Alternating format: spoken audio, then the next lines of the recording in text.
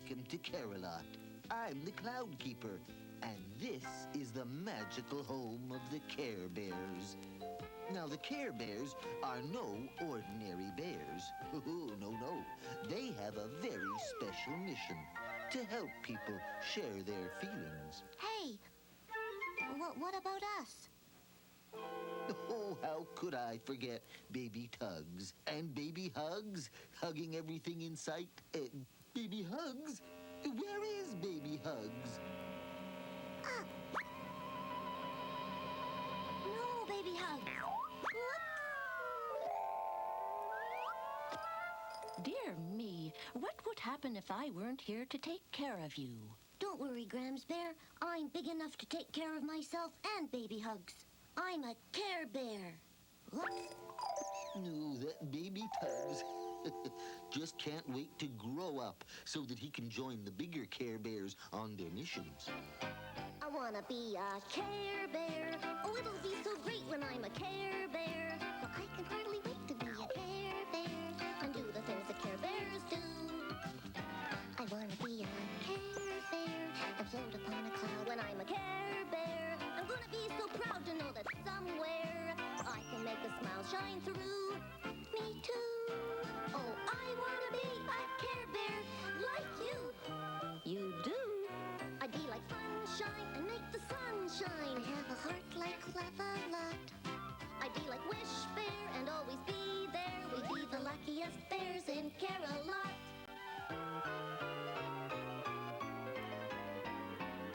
I wanna be a Care Bear and fill the world with love. To be a Care Bear is what I'm dreaming of. We'd make a great pair. We stick together through and through like glue. I don't wanna be a cook or a fireman. Don't wanna play trombone in the marching band. I just wanna be a Care Bear like you. I just wanna be a Care Bear. Do you see anyone in need of caring, Wish Bear?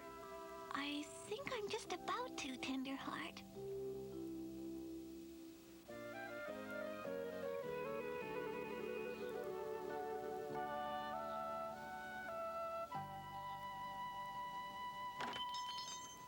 We'll get the genius when he comes out.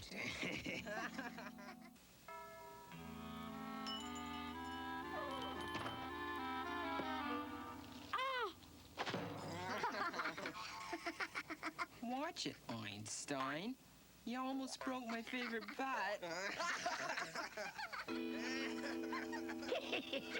I like to see kids playing mean tricks. What you building now, genius? The space shuttle? It's a model of a steam engine, Lumpy. Hey, Small Paul. You want to play baseball with us? Yeah. Can I really? Yeah, sure. Let's see you catch a ball. Okay.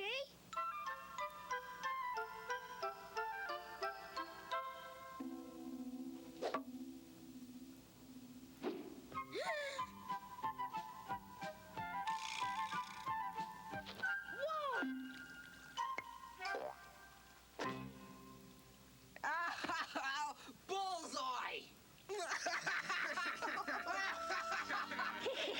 It does my cold heart good to see dirty tricks. Maybe I can join in the fun. You did it on purpose. Why are you always picking on me? 'Cause you're an oddball.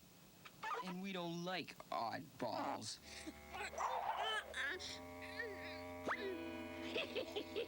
This will help break his spirit.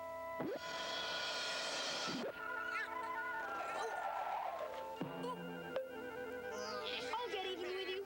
You just wait and see. So, he wants to get even, does he? Well, I've got something that will fix every kid in this town.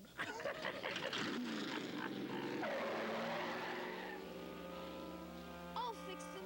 I'll find a way to get even.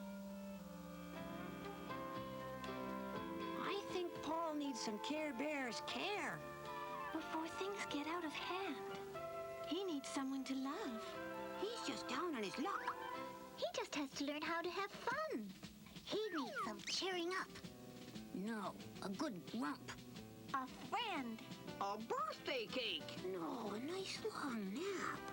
This is a job for all the Care Bears. Care Bears, to your cloud cars and rainbow rollers.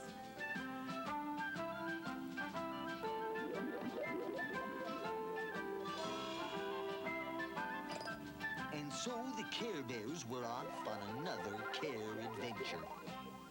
The only thing that was on Paul's mind was getting even, and that's not the way to make friends.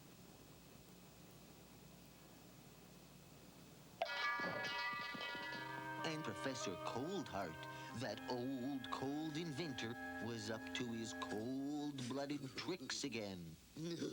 Boy, it's cold. Frostbite, where are you?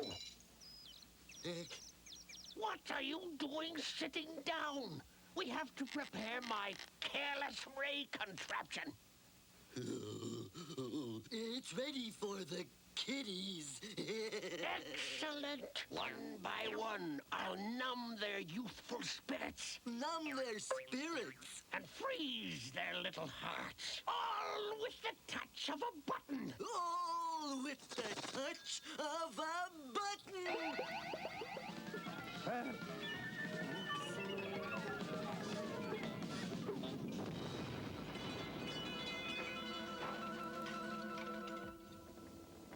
You've ruined my careless ray contraption. Who's going to help me fix it? That boy. Yes. His name's Paul. He seems to know about machines. I want you to find him. Bring him here. And then...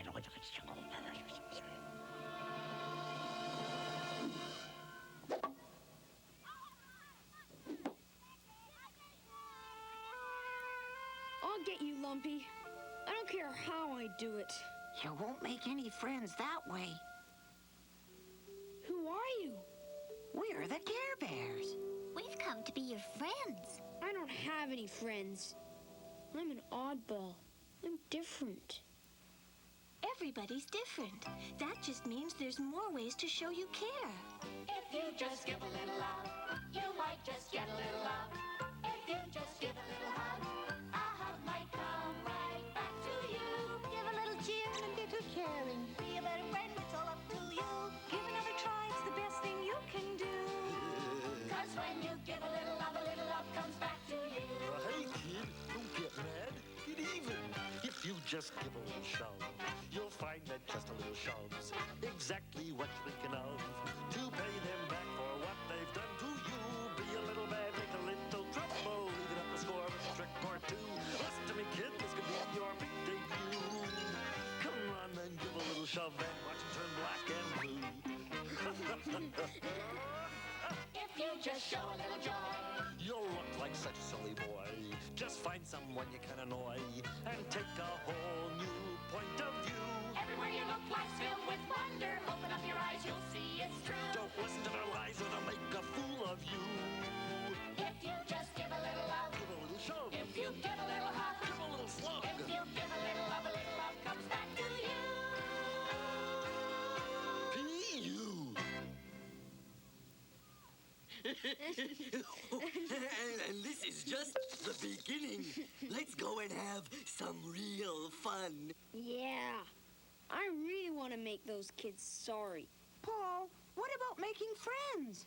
Forget it. It's too late. This is more serious than I thought. This calls for a Care Bear conference. Back to Care-a-Lot and the Hall of Hearts. Look.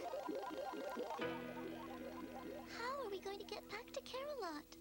Where is that blundering fool Frostbite? I need that boy, Paul, now. What's that? 2 baby Fuzzy Wuzzies? Fuzzy Wuzzy season just opened.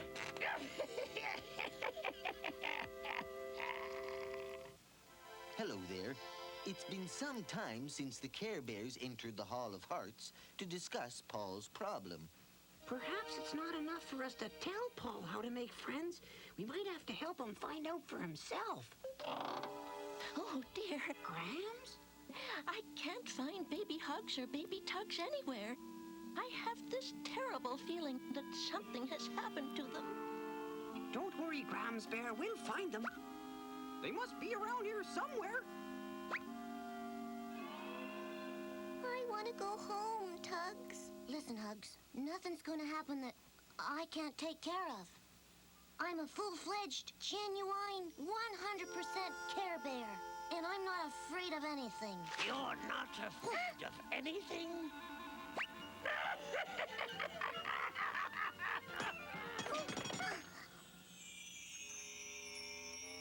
I've waited a long time to get my hands on some fuzzy wuzzies.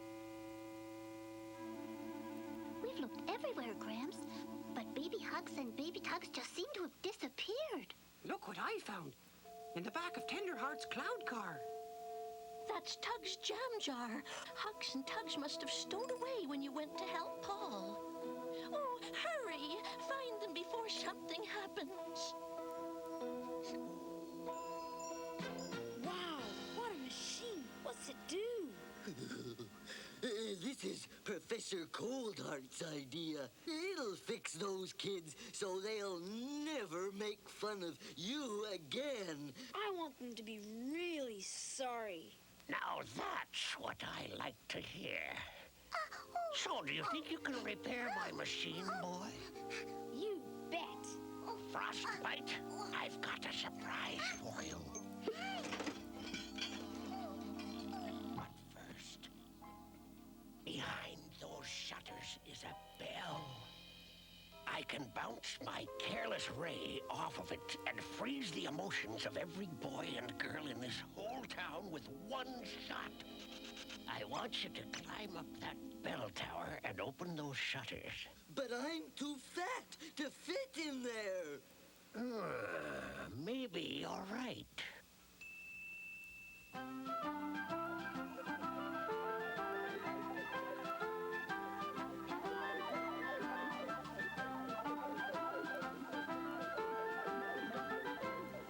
We'd better find Tugs and Hugs, and quick. Right. Let's split up and meet later at the bell tower. Well, Paul, how's my machine? It's fixed. Good. Now, there's one last thing you have to do. Climb up the town's bell tower. And open the shutters. But that tower could topple over. Surely you're not afraid. No, but... Don't you want to get even? Okay, I'll do it.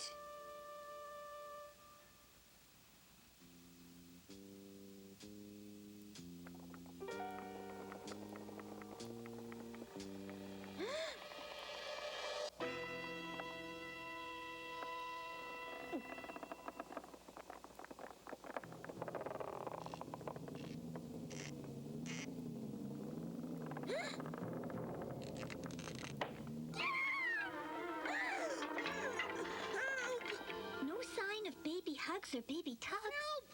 Help! Someone's in trouble. In there. I'm up here. It's Paul. I have to get up to the top. Please help. You need some luck. A little love never hurt, and this will brighten your way.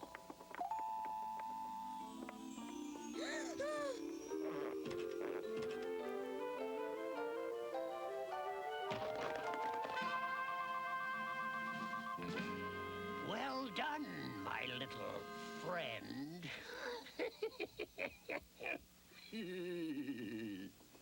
What were you doing up there anyway? You'll find out soon enough. Thanks for helping me to get even with Lumpy and his friends. What did he mean by that? I don't know, but we better follow him. I did it! I did it! So you did. So tell me, what you gonna do to Lumpy and the... The little fuzzy wuzzies can tell you. You're gonna do that to Lumpy, too? That's right. I'm going to freeze them all. We're gonna put the freeze on feelings. We're gonna pack your cares in ice.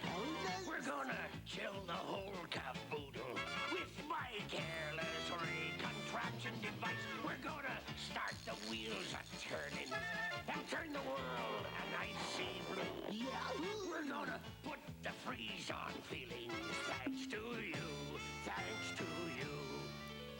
Thanks to you, we'll freeze the population. Lock them into deepest hibernation. Thanks to you, there's no more caring, no more loving, no more sharing. This will be our very darkest day. We're gonna numb those fuzzy wuzzies and all those little kitties, too. We're gonna put the freeze on feelings. Thanks to you. Thanks to you. Thanks to you. Great job, kid.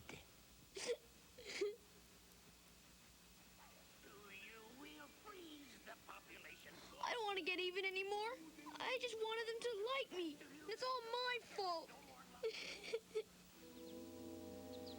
Paul went in there. Oh, that house looks cold. Hey, Professor, look who's coming. Care Bears? Again? Can I stop them? Huh? Can I? Huh? Yes. And make sure you do. Doesn't look very friendly.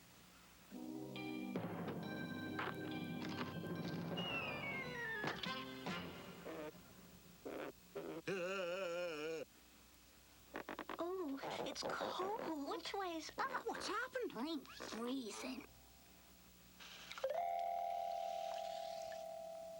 Snow and icicles. Professor Coldheart. In there? Yeah, and I bet he knows where baby tugs and hugs are. Correct. And you're just in time to see me freeze the hearts of every child in this town. Frostbite, stop those Care Bears. And this time, make sure. We've got to stop Coldheart and quick.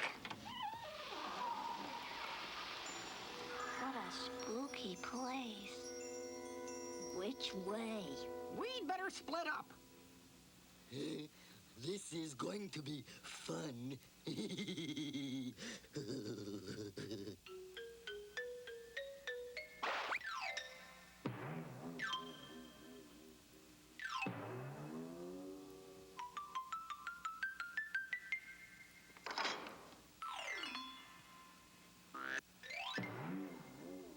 How did we get back here? Oh, who's that? Oh, go away. Leave me alone. Paul, help us. We have to find Coldheart. It's all my fault. It's too late. It's never too late. If you care enough. Huh. I don't think he cares enough. I do care. Come on.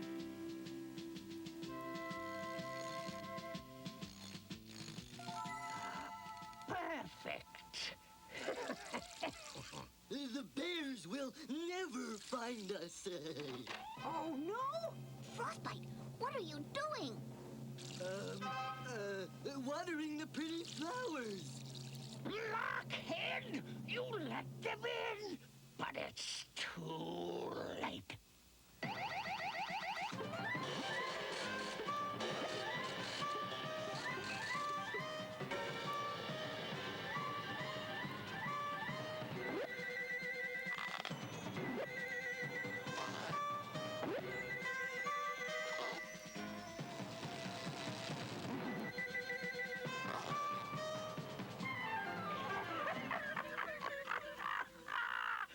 Every child in town is now frozen solid. And nothing can melt them either.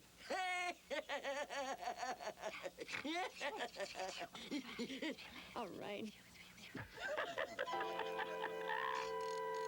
Get ready, Care Bears, for the Care Bear Stare. You're too late. It's never too late if you care enough. Care Bears, prepare to stare. Now! Stare there.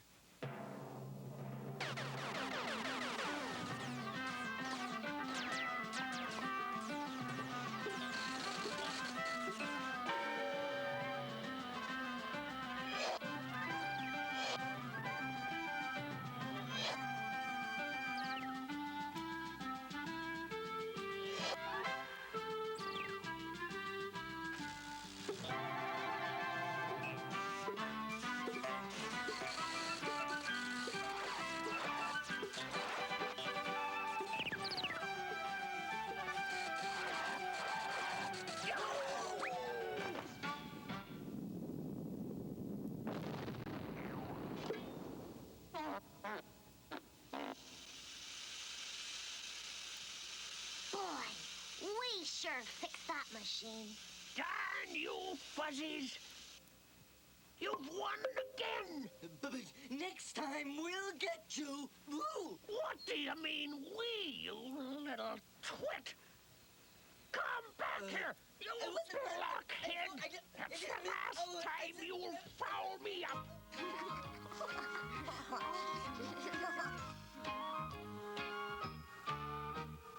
Making a friend is very simple. Being a friend is easy too. Oh, there's nothing like a friendly smile and dimple To break the ice and lead the way to someone. if you just love a lot, Share a lot. help a lot, care a lot, give a lot, right to the end. You'll find that daytime, nighttime, anytime is the perfect time to make a friend. A friend will teach you lots of new things. A friend will help you fix a flat. Oh, a friend will put you on a park swing. And cheer you on when you step up to bat. If you'll just laugh a lot, wish a lot, dream a lot, kiss a lot, hug a lot, we'll sing it again. You'll find that daytime, nighttime, anytime is the perfect time to make a friend. If you just laugh a lot, share a lot, help a lot, care a lot, give a lot, right to the end. You'll find that daytime, nighttime, anytime is the perfect time to make a friend. There's no need to wait, 'cause it's the perfect time to make a friend.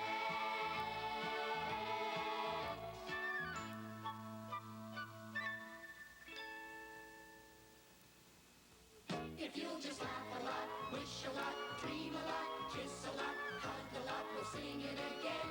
You'll find that daytime, nighttime, anytime is the perfect time to make a friend. If you just laugh a lot, share a lot, help a lot, care a lot, give a lot, right to the end. You'll find that daytime, nighttime, anytime is the perfect time to make a friend. There's no need to wait, 'cause it's the perfect time to make a friend. Now that you've traveled with us to the magical world of the Care Bears, you'll be so happy to know that another whole world of adventure is now available from the Parker Brothers Care Bear book series. The Care Bears help us share and express our feelings in 12 exciting storybooks, all filled with love, friendship, caring, and dreams. And for that special time before you fall asleep at night, the Care Bears will come alive in their wonderful collection of fairy tales, the Care Bears book of favorite bedtime stories.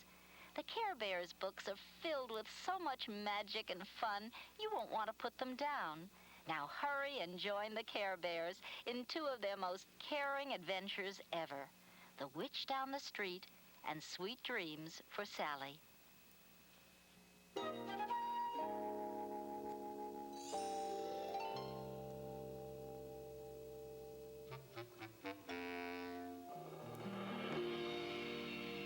Melissa was walking home from school on Friday when she passed old Mrs. Burke. "Why, hello there, Melissa," Mrs. Burke said. "I haven't seen you for ages. Would you like to stop in for some cookies? No, no thank you, Mrs. Burke, Melissa said nervously, and she quickly ran down the block. When Melissa was younger, she used to visit Mrs. Burke. But now that she was in school, the other children had told her that Mrs. Burke was a witch. It had to be true. Last week, didn't Melissa see Mrs. Burke talking to her black cat? And didn't Mrs. Burke pick apples from the tree in her backyard? Melissa had found out from the other children that the old lady poisoned them and gave them out on Halloween to children she didn't like. Melissa realized that she had been wrong to be friends with Mrs. Burke, and that is why she said yes when Jamie dared her to play a trick on that mean old witch who lived down the street. On Monday afternoon, Melissa slowly crept up the walk to Mrs. Burke's house and tacked a large note to Mrs. Burke's door. Then she rang the doorbell and ran down the street to where Jamie was hiding. They looked back at Mrs. Burke's house. She sure is taking her time, Jamie whispered. Melissa nodded, and then she saw Mrs. Burke open the door. Mrs. Burke was smiling, as if she were going to meet a friend. But when she saw the note, she stopped smiling. The note read, "Mrs. Burke is old and mean, the ugliest witch we've ever seen." Mrs. Burke stared at the note for a long time. Then she took it down, shivered slightly in the cold, and slowly went back in. "Oh boy, Melissa," said Jamie, "you are so brave." Melissa smiled, but she wondered why she didn't feel as good as she thought she would. The next day, as Melissa was walking home from school, she got a surprise. Standing at the mailbox was a small bear with 2 hearts on its tummy. The bear held a large stack of envelopes, and every time she wanted to mail one, she seemed to float up to the mail slot and then float down to the ground again with a soft bump. "What are you doing here?" Melissa asked. "Mailing friendship notes," the bear said happily. "I love to have friends." "Oh, you must know a lot of people," Melissa said. "I know a lot of people who need friendship," said the bear. "Do you live around here?" Melissa asked. "I've never seen you before." "No, I live in Care-a-Lot, the warm and snuggly home of the Care Bears. It's very nice," said the bear. "It was just that the mailbox I always use was filled up." The bear crossed the street, and Melissa, who had never seen such an unusual bear before, followed. "Who are you?" Melissa asked. "I'm Love-a-Lot. I help people love each other. If love doesn't find a way, I will." Love-a-Lot leaned over and scooped up some snow and made it into a heart-shaped snowball. "This is for you," she said to Melissa. Then Love-a-Lot made another snow heart. She ran up Mrs. Burke's walk and put it on her porch. Melissa was so startled to find that they were in front of Mrs. Burke's house that she turned and ran down the block. Love-a-Lot trotted after her. "Why did you do that? Don't you know who lives there?" Melissa asked. "Everybody needs love," Love-a-Lot replied. "Even witches?" "Even lonely old ladies," said Love-a-Lot gently. "Especially lonely old ladies." "But everyone knows she's a witch," Melissa insisted. "Everyone says she's a witch. All the kids are afraid of her." "Then Mrs. Burke must need a lot of love," said Love-a-Lot softly. "Don't you think so?" Then Love-a-Lot made another snow heart. "For you." "Thank you," said Melissa. "But why are you giving me another one?" "Why keep my heart to myself?" Love-a-Lot smiled. "It makes me happier to give it to someone. Well, I'd better be going. I've got some more notes to write." And the little bear scampered away. Melissa walked the rest of the way to her house and up to her room as she thought about Love-a-Lot's words. When she got to her room, she discovered another Care Bear, a little yellow one sitting on her desk. Melissa gasped in surprise. "Who are you?" she asked. I'm Birthday Bear. Love-a-lot told all us Care Bears about you, so I came to see you, he said. Melissa was puzzled.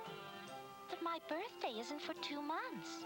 I know, but there is someone else we both know whose birthday is the day after tomorrow. Melissa wondered who Birthday Bear was talking about. Birthday Bear floated off the desk. But it's so hard to plan anything when I'm hungry. He looked at Melissa hopefully. You wouldn't happen to have a jelly sandwich with you? No, but I could make one. Yes, please, said Birthday Bear. And some soda to wash it down. You'll get fat if you eat too much of this stuff, said Melissa after she had brought the food up from the kitchen. No, I won't. The only food that is fattening is peanuts. How do you know? Melissa asked.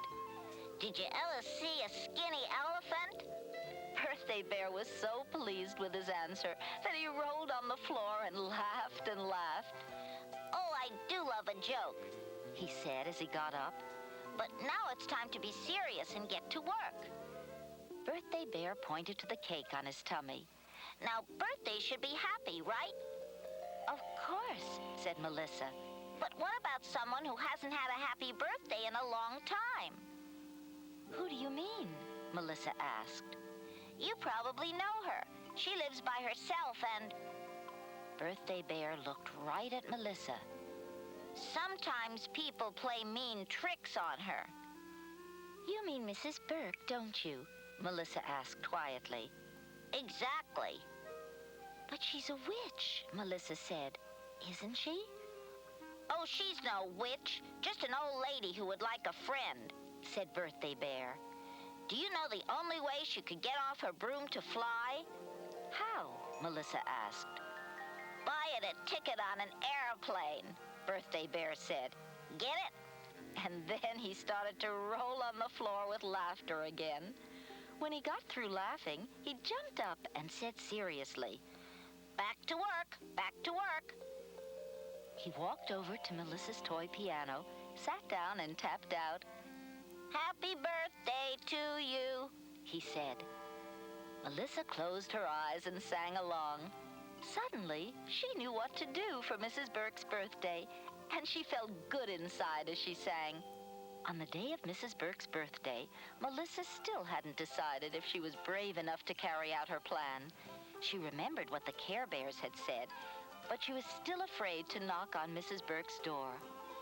When Melissa left her house, she saw another bear standing in her front yard and rolling a big ball of snow on the ground.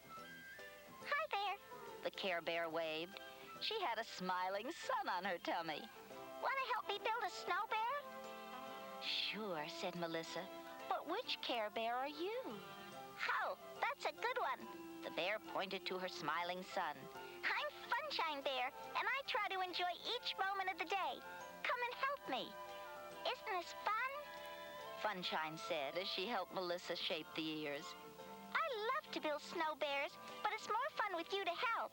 Share the fun and you get twice as much. That's what I always say. You must be a share bear, Melissa joked. Oh, that's another good one. You know, I'm really a Care Bear. Melissa drew a smiling sun on the snow bear's tummy with her finger. How nice, Funshine said. I'm very flattered. You must like to share, too. You know what would be really fun? A party. Don't you love parties? Most of the time, Melissa said carefully. But what kind of a party could we have? Funshine Bear asked. Then she did a little dance in the snow. Oh, I know somebody who needs a little fun on her birthday. Birthday Bear told me all about her, but I seem to have forgotten her name. Mrs. Burke? Melissa asked quietly. That's it. Wouldn't it be fun to give her a good time on her birthday? Well, Melissa thought about Mrs. Burke all alone, with only her cat for company, and on her birthday. Will you go with me? She asked Funshine Bear.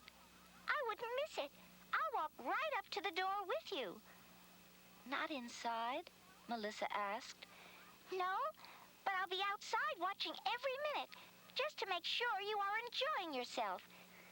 Melissa walked slowly up the path to Mrs. Burke's door. Ring the bell. Funshine said excitedly. Funshine Bear disappeared around the side of the house, then peered around the corner. Be brave, Funshine whispered. I'll be right here. Go on, go on. She's going to be so surprised. I can't wait. Melissa took a deep breath and rang the bell. She waited for what seemed to be a long time. Finally, the door opened. Mrs. Burke looked at her suspiciously. What do you want? Melissa was so scared that she could hardly speak, but she reached into her school bag, took a deep breath, and said, Happy birthday, Mrs. Burke. Mrs. Burke's mouth dropped open in surprise. How did you know it was my birthday? Someone who cares about you told me. What? Oh, this is wonderful. Mrs. Burke read the card. You made it yourself. How beautiful. Mrs. Burke was smiling, but it looked as if she might cry. Come in and help me celebrate. I never expected. I haven't had a birthday card in years. What a thoughtful child you are. Suddenly, Melissa knew that her friends, the Care Bears, were right. Mrs. Burke wasn't a witch at all. A party with her would be fun. Melissa went right into Mrs. Burke's house, ate 2 pieces of homemade apple pie, and sang happy birthday to Mrs. Burke.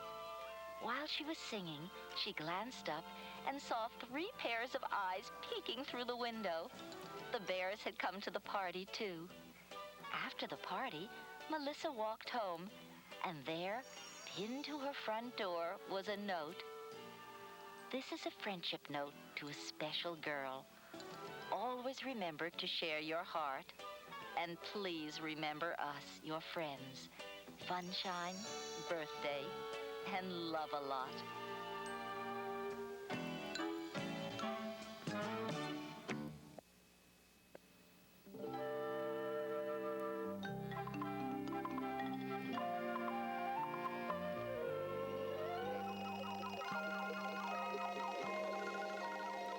Sally lay in bed and looked at the dark. Sally didn't like it. In the dark, the curtains said, whisper, whisper. In the dark, the window shade said, rattle, rattle. In the dark, the clock said, tick-tock. Sally wondered if something was in her room and making those sounds. She started to get a little bit scared. I am a big girl now, Sally said to herself. I will not call my parents. I know that there is nothing to be frightened of. I will shut my eyes, count to 10, and go to sleep. Sally shut her eyes and counted to 10, but it was not easy to get to sleep. She twisted and turned all night long. Sally did not have a good night's sleep. The next morning, Sally felt grouchy when she got up. She was still tired, and she did not feel like going to school. In the kitchen, Sally did not say thank you when her mother gave her some orange juice. Well, said her father, did you wake up on the wrong side of the bed this morning? I hardly even slept at all last night, so I don't feel like I woke up at all, said Sally in a cranky voice. That's too bad, said her father. I hope you'll sleep better tonight. That day in school, Sally was so sleepy that she got 5 wrong on her spelling test. She dropped the turtle food all over the floor. And because she was feeling grumpy, she had a fight with her best friend, Amy. Sally, you are such a grouch today, Amy said. I don't think I want to play with you after school. Sally walked home by herself. She still felt tired, and now she felt sad and lonely, too. When she reached the corner near the house, she heard a gruff voice say, Hey there, Sally. I wish you were in a better mood. You're feeling so grouchy that you're making my tummy rumble. What? Said Sally. She tried to find out where the voice was coming from. She looked all around and saw no one. Then she looked up, and there in the branches of a big oak tree was a little blue bear with a frown on his face and a rain cloud on his tummy. My goodness, said Sally. Who are you, and how did you know my name? My name is Grumpy Bear, and I know your name because I know the names of almost everyone who is feeling grumpy. I came to see you because you seem to have a bad case of grouchitis. I can tell because it's making my tummy rumble. Listen. And with that, Grumpy Bear floated down from the trees and pointed to the little blue cloud on his stomach. Sally put her ear to his tummy, and sure enough, there was a noise coming out of the cloud. It sounded like distant thunder. Now, when my stomach starts rumbling, someone really needs help getting rid of the grouchies. Why don't you tell me what the problem is? Sally told Grumpy Bear how she started to be afraid of the dark and how she felt grumpy all day because she had gotten almost no sleep the night before. Oh, Grumpy Bear, she said, I'm afraid that the same thing will happen tonight. What if I can't get to sleep again? Grumpy Bear gave her a very ungrumpy smile and said, Don't worry about a thing, Sally. I have a friend who lives in the same place that I do, the land of Care-a-Lot, and I'll bet he can help you with your problem. Really? Asked Sally. Really, said Grumpy Bear. Now, you just go home and be on the lookout for Bedtime Bear when you go to sleep tonight. Then Grumpy Bear sailed up into the branches of the trees and was gone. Sally felt better after talking to Grumpy Bear. She wondered if Bedtime Bear would really help her. That night, Sally's mother finished reading her a bedtime story. Then her mother switched off the light. She said, "Sweet dreams," and left. Sally was alone. She lay in the bed and looked at the dark. What was the white shape in the corner? Where was Bedtime Bear? Sally flipped on her light and called for her father and asked, "Can I have a drink of water?" "Of course you can," answered Sally's father, "but then you will have to go to sleep." After Sally's father brought her the water, he said, "Sweet dreams," and switched off the light. Sally flipped on the light again, called for her mother, and asked, "Can I have a goodnight kiss?" Sally's mother smiled. "Of course you can." She kissed Sally, then she said, "Sweet dreams," and switched off the light. Now Sally had been given everything that she needed: a bedtime story, a drink of water, and a goodnight kiss. But all that was not enough. It was dark, and Sally didn't like it. The dark wasn't cozy. It wasn't friendly. In the dark, Sally's pretty lamp didn't look so pretty. In the dark, Sally's wonderful doll didn't look so wonderful. Where was that Bedtime Bear? Sally was starting to feel scared again. All of a sudden, something landed on her bed. Sally sat right up, and there at the end of the bed was a bear with a moon on its tummy. "Are you Bedtime Bear?" Sally asked. The bear winked and said, "You bet your buttons I am. Grumpy Bear sent me." "Do you really live in a place called Care-a-Lot?" "Right you are. At least that's where I live during the day. But just remember that when the moon comes peeking in your window at night, I'm usually around making sure that someone gets a good night's sleep. Now, I know that you are starting to feel afraid of the dark, but I think I can help you, if it's all right with you."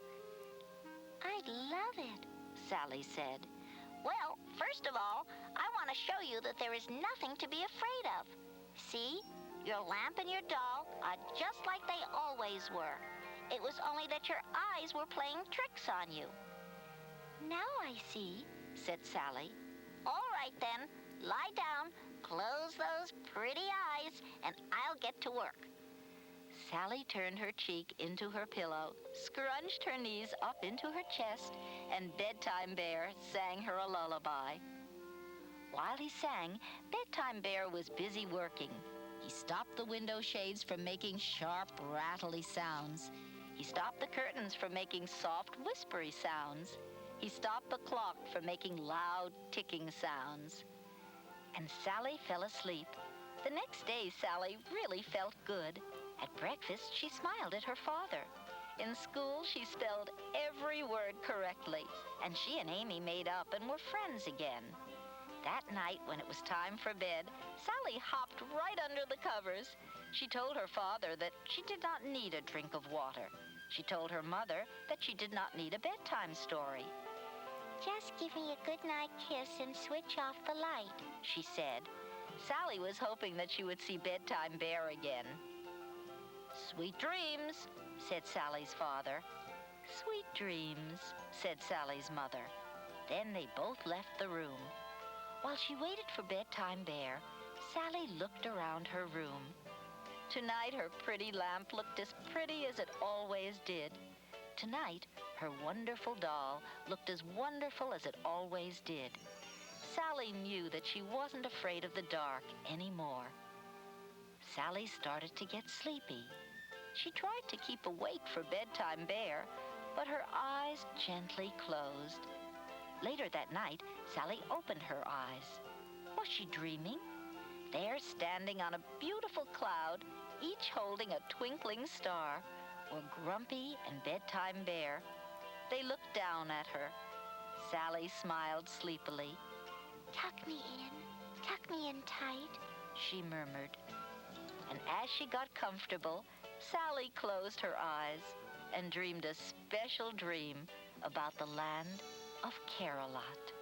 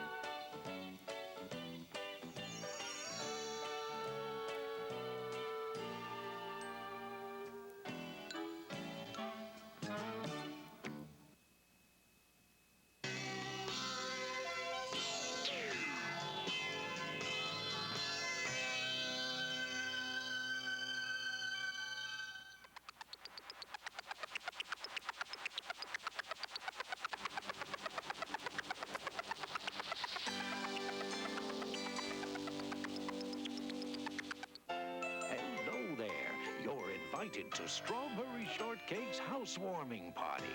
All her new friends will be there. Mint tulip and marshmallow, crepe Suzette and eclair, almond tea and marzipanda, cafe au lait and burrito. The English twins, Lemonada, and their pet Sugar Woofer. Oh, even that peculiar purple pie man won't be able to spoil the fun. Be sure to watch Strawberry Shortcake's housewarming surprise. Hey, you're all invited to join Strawberry Shortcake and her friends for Pets on Parade. The Strawberry Land kids have darling little pets to enter in the Great Pet Contest.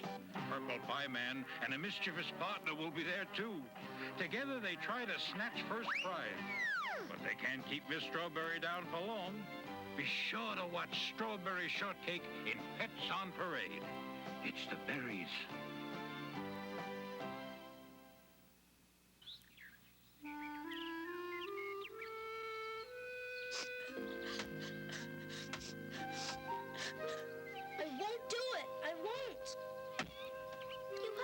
Kevin? No, I won't. You'll see. I just don't care.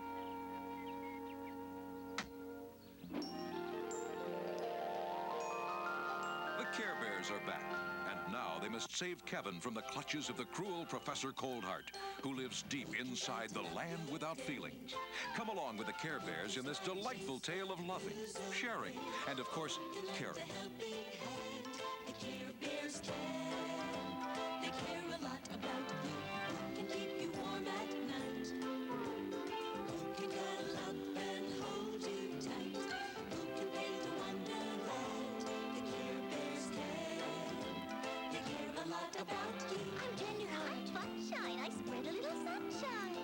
Grumpy Bear for when you feel blue.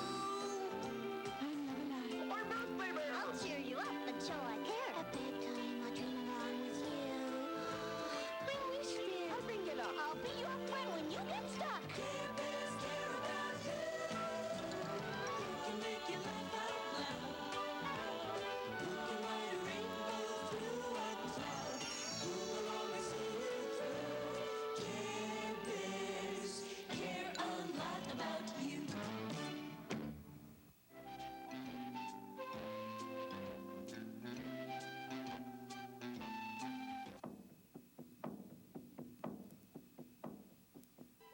The time has come when I must go forth and seek my father. You alone can tell me where to find him. Do not go, Hiawatha. Your father, Magikowis, has great cunning and powerful magic that can destroy you. I, too, have power and strength and cunning, Nokomis. I fear him not, but I must see him face to face. Tell me the way. It is a long, hard way. Across a river greater than any in the land. Across huge grasslands and deserts and into mountains so high that the clouds cannot climb their peaks.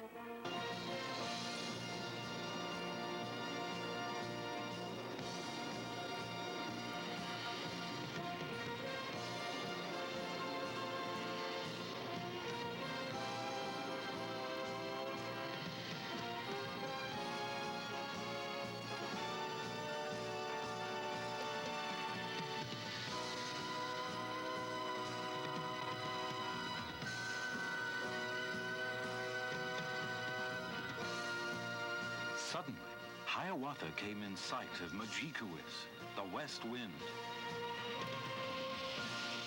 His heart filled with awe. Approach closer.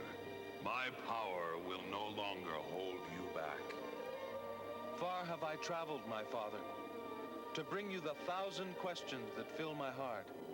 Many days they talked together, as Magikowis told of the winds that blow through the bowl of the sky. Hiawatha listened, but as the long hours passed, he grew impatient. Many wondrous tales have you told me, O father, but nothing of the one thing I wished most to hear. Why did you never return when Winona, my mother, died? Did you not know that I wished to be near you? Can you not understand that I am not like mortal men, O Hiawatha? The Master of Life has laid upon me tasks that forced me to leave your mother and do what I had to do. You speak nothing but empty words, but words are not enough to escape your responsibility.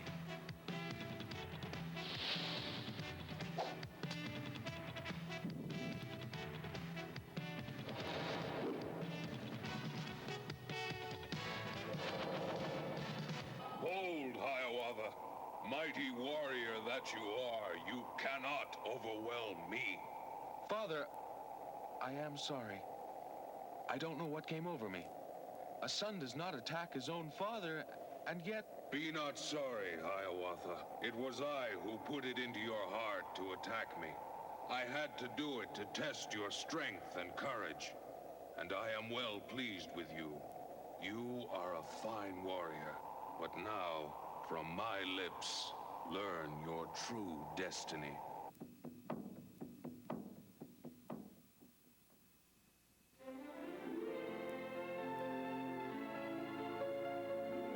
Beauty! Father wants more tea! In the name of mercy. Father, what's wrong? 2 of my ships have been lost at sea. A 3rd one is missing.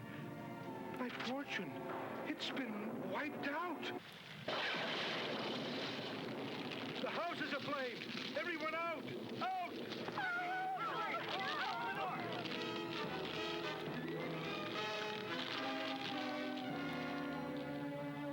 By morning, the house had burned to the ground. We've lost everything! We're paupers! We still have our lives. We still have each other. But where will we go? How will we live? Alas, we've little choice. The cottage in the dark woods is all I have left.